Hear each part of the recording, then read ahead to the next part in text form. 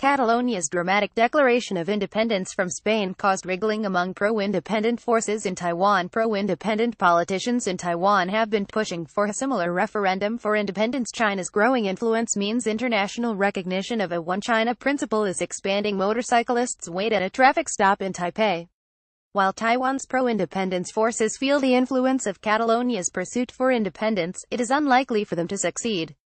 Photo VCG as Catalonia's pursuit for independence from Spain have come to a snap with suppressed protests and a fugitive regional leader. Politicians in Taiwan advocating independence from China are feeling the pinch.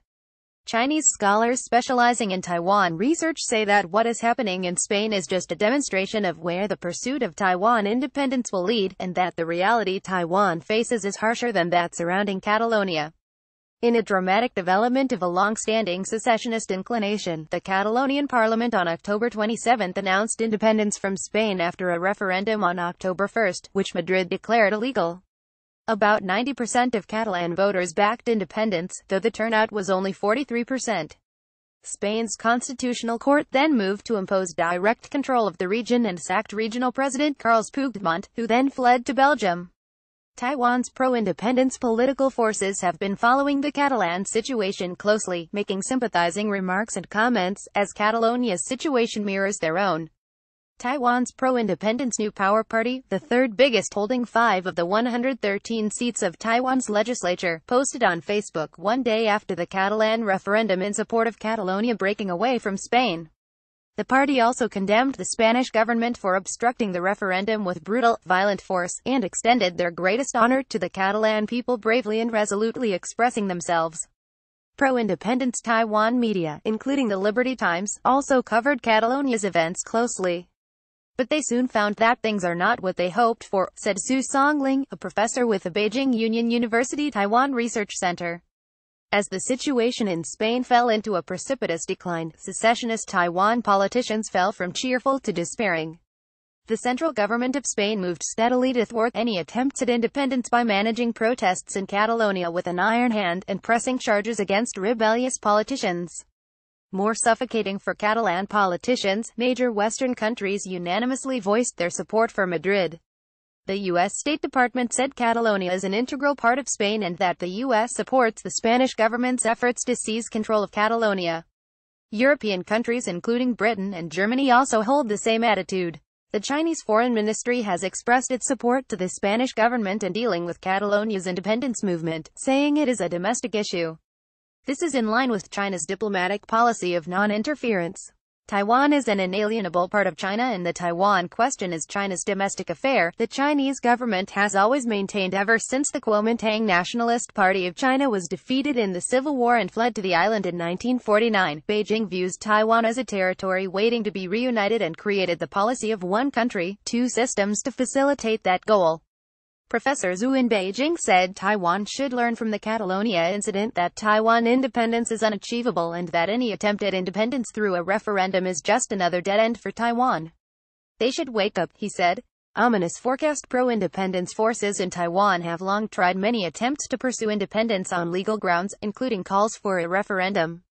It is a means viewed by them to gain legitimacy and win recognition from the international society. The Constitution of Taiwan, which represents the Republic of China, stipulates that the country is comprised of the Chinese mainland and Taiwan. This is something Taiwan independence politicians have tried their best to avoid mentioning. Those forces have been actively pushing for Taiwan's status as an independent country, not including the mainland. The Democratic Progressive Party (DPP) in 2007 approved a normal country resolution, in which it calls to formulate a new constitution and make Taiwan a sovereign country through referendum at proper time. In 2016, when the DPP took office, it began to push for an amendment to the referendum law, trying to substantially lower the bar for a referendum.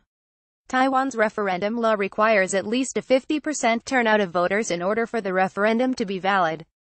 The DPP pushed to allow 18-year-old citizens to vote for the referendum, compared with the original requirement of 20 years or older. It also hoped to change the minimum number of people that can call for a referendum from 90,000 to a mere 2,000. Li Changxin, head of Taiwan North, a radical secessionist political organization, wrote in the Liberty Times requesting the subjects of referendum to include those that transcend the Constitution, and calling for hunger strikes to force the DPP to finalize the amendment.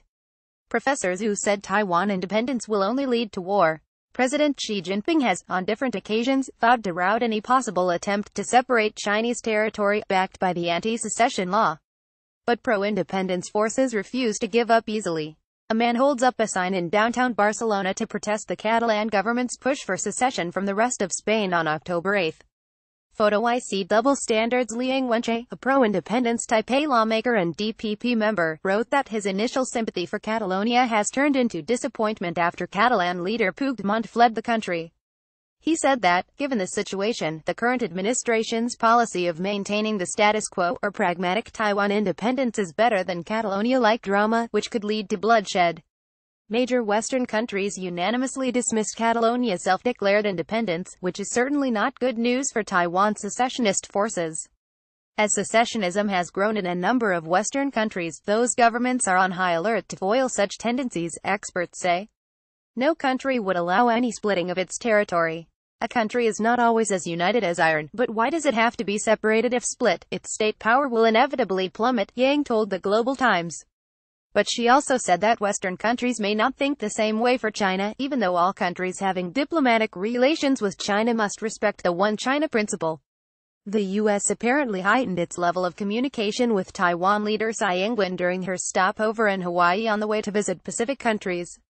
But still, the biggest threat from the U.S. is its arms sales to Taiwan, Yang said.